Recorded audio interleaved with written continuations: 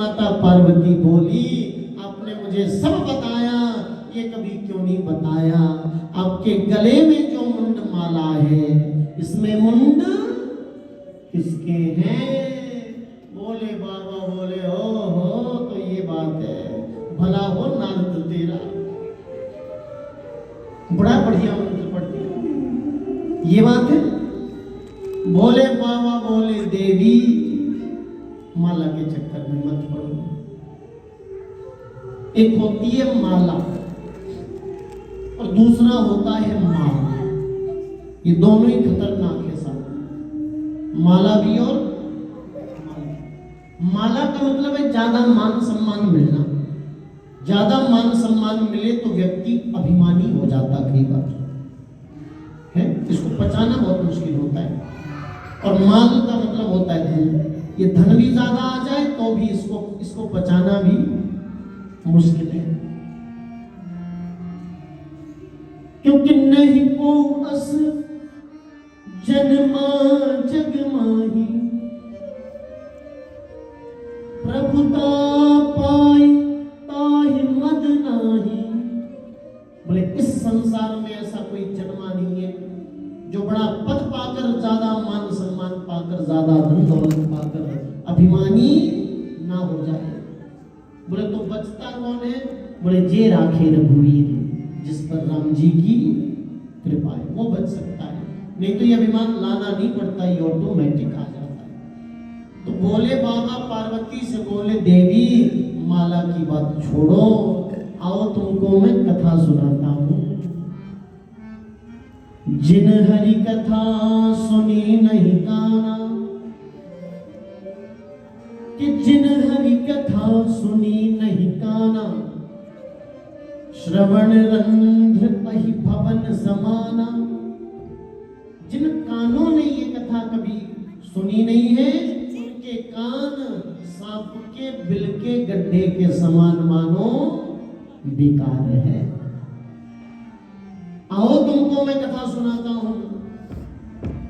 माता पार्वती बोली, पहले ये बताओ आपकी माला में मुंड किसके हैं?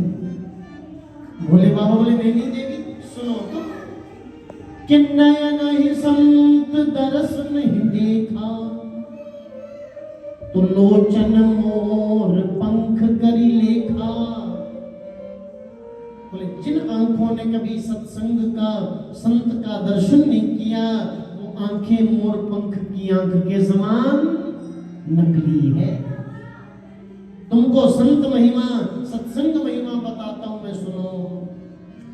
माता पार्वती बोली, क्या पूछ रही हूं मैं? आपकी माला में मुंड किसके हैं? बोले नैनी देवी सुनो तो, कि तेसिर कट तुम्बरि समतूला, जीनन मत हरि गुरु पद मूला। बोले वो सिर कड़वी तुंबड़ी के समान बेकार है, जो कभी भगवान के और गुरु के चरणों में झुकता नहीं है। तुमको भगवत महिमा, गुरु महिमा सुनाता हूं, तुम सुनो। माता पार्वती बोली, आपकी माला में मुंड किसके? समझ में नहीं आता आपको? क्या पूछ रही हूं मैं? पहले ये बताओ आपकी माला में मुंड किसके हैं? बोले बाबा समझ गए हो, नहीं मानेगी। क्यों? क्योंकि दुनिया के कुछ हट बड़े विचित्र होते हैं विकास जी, बड़े विचित्र होते हैं कुछ हट। इनमें 4 हट सबसे विचित्र हैं, सबसे बड़े 4 हट हैं। कौन कौन से? पहला है राजहट। राजहट बड़ा विचित्र होता है। राजा किसी बात पर अड़ जाए फिर वो मानता नहीं है, राजहट सबसे विचित्र है। दूसरा विचित्र होता है बालहट, बच्चे का हट। बच्चा किसी बात पर अड़ जाए फिर वो मानता नहीं, आप कुछ भी करो वो मानेगा नहीं। बालहट बड़ा विचित्र है। तीसरा विचित्र होता है योगी हट। कौन सा हट?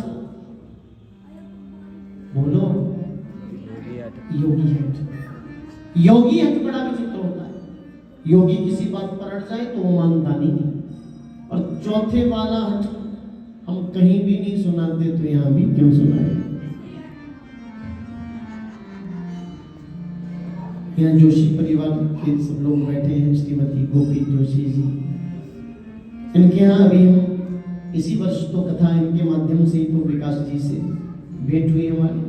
अभी इसी वर्ष तो कथा हो रही थी फरवरी महीने में दुर्गाना मंदिर में शिवाला में, और उनके पास ही हमारे बुआ जी हैं हिमाचल प्रदेश से, इनके यहाँ भी फरवरी में कथा थी इसी वर्ष। तो आप इनको पूछ लेना, कहीं भी हम ये चौथा अंश नहीं सुनाते, तो यहाँ भी क्यों सुनाए? पर हाँ, माता जी उधर से कह रहे हैं बोलो सुना दो, ठीक है सुना देंगे, पर आज नहीं सुनाएंगे। 30 तारीख को जब यहाँ कथा का विश्राम होगा ना, कथा के बाद जब विदाई होगी, विदाई के समय किसी को सुनना होगा तो समय सुना देंगे। वो भी शीशा पहले गाड़ी का यहाँ तक करती है, उसके बाद सुनाएंगे, तब तक नहीं। वो भी पहले अपनी डायरी देख लेंगे, जल्दी इधर अमृतसर तो नहीं आना कहीं आसपास। गोविंद भगवान की। हमारी माताएं बहनें तो इतनी अच्छी होती है, आजकल कथाओं में इनकी तो भीड़ होती है साहब। और चौथा हट सुना करके वो चौथा हट सुनाकर अपने पैर पर कुल्हाड़ी थोड़ी मार देंगे हम। चौथा हट सुना दिया ना जी तो कल से ये हॉल खाली हो जाएगा। यहाँ तो बस 2-3 सज्जन और 2-3 बालक ये सब मिलेंगे, बाकी हॉल खाली। तो इसलिए अपने पैर पर कुल्हाड़ी नहीं मारेंगे चौथा हट सुनाकर। किसी को सुनना होगा 30 तारीख को सुनाएंगे, यहाँ से विदा होते होते। गोविंद भगवान की, कृष्ण कन्हैया लाल की। भोले बाबा समझ गए अब ये मानने वाली नहीं है। भोले बाबा बोले देवी सुनना चाहती हो ना तो सुनो, मेरी माला में किसी और के मुंड नहीं। तुझे क्या ये लगता मैंने तुझसे कोई धोखा किया? तुझे क्या ये लगता मैंने तुझसे कोई छल किया? तुझे क्या ये लगता मैंने तुझसे कोई कुछ छिपाया है? तुझे किसी अंधेरे में रखा ना। देवी मेरी माला में किसी और के मुंड नहीं, मेरी माला में तुम्हारे ही मुंड है।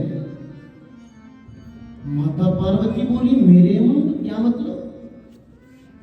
बोले किसी कल्प में तुम सती के रूप में आती हो, किसी कल्प में पार्वती के रूप में जन्म लेती हो। एक निश्चित समय के बाद तुम्हारी मृत्यु हो जाती है।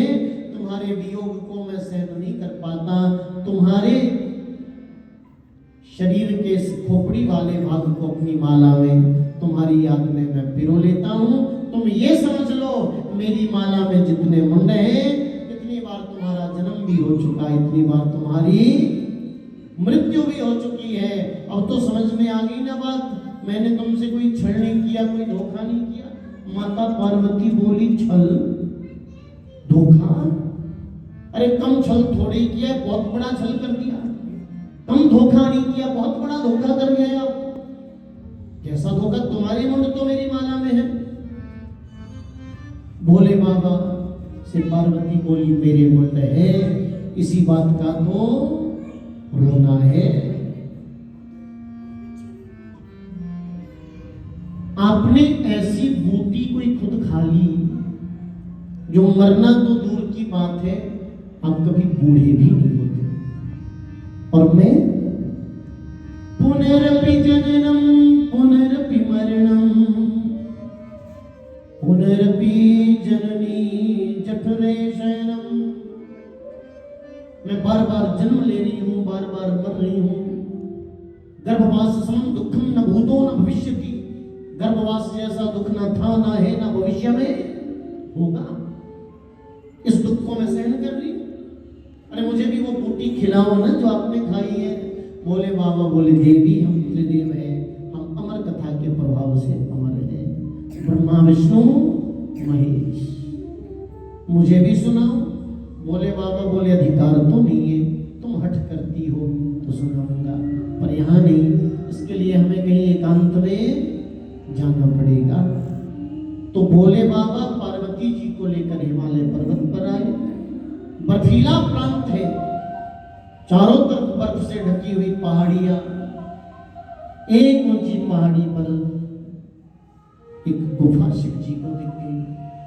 उस गुफा में एक पार्वती को लेकर के गए। वो कथाएं कई प्रकार से आती, बोले नंदी को पीछे रख दिया, त्रिशूल पीछे छोड़ दिया, ये नाग थे गले में, बिच्छू थे उनको पीछे रख दिया।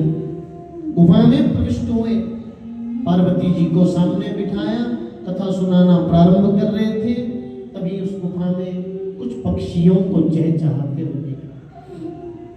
भोले बाबा ने एक चुटकी बजाई तो वो सब पक्षी उड़कर वहां से जाने लगे। जो पक्षी अभी अंडे में थे वो अंडा फोड़कर बाहर आए, उनके भी पंख निकल आए। अब भोले बाबा ने दूसरी चुटकी बजाई तो वो पक्षी भी उड़कर वहां से चले गए।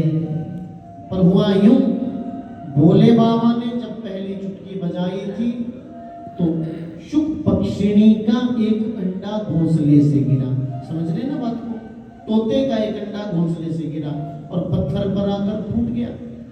यद्यपि भोले बाबा ने देख लिया था ये फूटा हुआ अंडा पड़ा है, फिर भी सोचा फूटा हुआ अंडा क्या कथा सुनेगा भला। ऐसा सोचकर भोले बाबा ने पार्वती जी को सामने बिठाया और कथा सुनाना प्रारंभ कर दिया।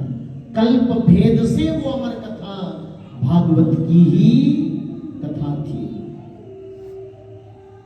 पार्वती जी सामने बैठी, भोले बाबा कथा सुना रहे। एक स्कंद की कथा हुई, दूसरे स्कंद की कथा हुई, 3 4 5 6 7 8 9 10 स्कंद की कथा हो गई। 11वें स्कंद की कथा हो रही थी तो योगेश योग विन्यास योगात्मन योग संभव, अभी नवयोगीश्वर संवाद चल रहा था। तभी माता पार्वती की समाधि लग गई। अच्छा, आपसे हम एक बात कह दें, हम कथा सुनते सुनते सुनते, बड़े ध्यान से सुनिए, कथा सुनते सुनते सुनते आपकी आंखें कभी धीरे धीरे धीरे धीरे धीरे धीरे धीरे धीरे ऐसे बंद हो जाए, फिर आपको कुछ भी पता नहीं है क्या कथा हुई क्या नहीं हुई। तो आप ये नहीं सोचना मुझे नींद आ गई कथा में, ना, वो नींद नहीं है, वो तो क्या है, वो समाधि, उसको बोलते ध्यान समाधि, जो ध्यान में लग जाती है। पर हाँ, यदि आप बैठे तो कथा में है, पर मन आपका घूम रहा है कहीं बाजार में, कहीं पर हल्दीराम सुना रहे थे, जैसे हम सुना रहे कि कथा सुना भी रहे, साथ में देख भी रहे, किसी की समाधि लग तो नहीं रही, लग रही है तो थोड़ा भजन गाएं या फिर जयकारा ही लगाएं जोर से, ऐसे तो नहीं सुना रहे थे। भोले बाबा कथा सुना रहे थे आंखें बंद करके, और माता पार्वती कथा सुन रही थी आंखें बंद करके। भोले बाबा बोले सुना तो दी सारी कथा, क्षमा करना मैंने नहीं सुनी, वो नवयोगीश्वर संवाद तक सुनी, आगे सुनाओ ना। भोले बाबा बोले तुमने नहीं सुनी तो किसने सुनी? कथा के बीच में ओम ओम का उच्चारण कौन कर रहा था? किसने सुनी कथा? कौन ओम का उच्चारण कर रहा था कथा के बीच में? अब भोले बाबा पार्वती से बोले देवी अनर्थ हो गया शायद, तुमने सच में नहीं सुनी क्या? बोले नहीं सुनी। अब भोले बाबा ने एक चुटकी पे बजाई, जो ही चुटकी बजाई छोटा सा तोते का बच्चा वहां से उड़कर जाने लगा। भोले बाबा बोले देवी, और जाकर परख ले। बोले ना भोले बाबा, मैं आपकी तरह भोला नहीं हूं, मैं कहीं और जाऊंगा परीक्षा करने, और वरदान में शक्ति हुई नहीं, फिर आपकी तपस्या करनी पड़ेगी, आप आसानी से तो मिलते नहीं हो, इसलिए मैं तो जरा पहले कन्फर्म कर लूंगा कितनी ताकत है वरदान में। जरा ऐसे हाथ करके ये भस्मासुर शिव जी की ओर दौड़ा था। भोले बाबा ने सोचा ये तो गड़बड़ है मामला, भोले बाबा भागे, आगे भोले बाबा और पीछे भस्मासुर जा रहा है, हाथ करके दौड़े दौड़े दौड़े भोले बाबा अभी ब्रह्मा जी के पास पहुंचे। ब्रह्मलोक पहुंचे पहुंचे, ब्रह्मा जी सहायता करो सहायता करो। ब्रह्मा बाबा ने देखा बात क्या है, आंखें बंद की, बोले ओहो, शिव जी से शक्ति प्राप्त करके शिव जी को ही मारने चला ये।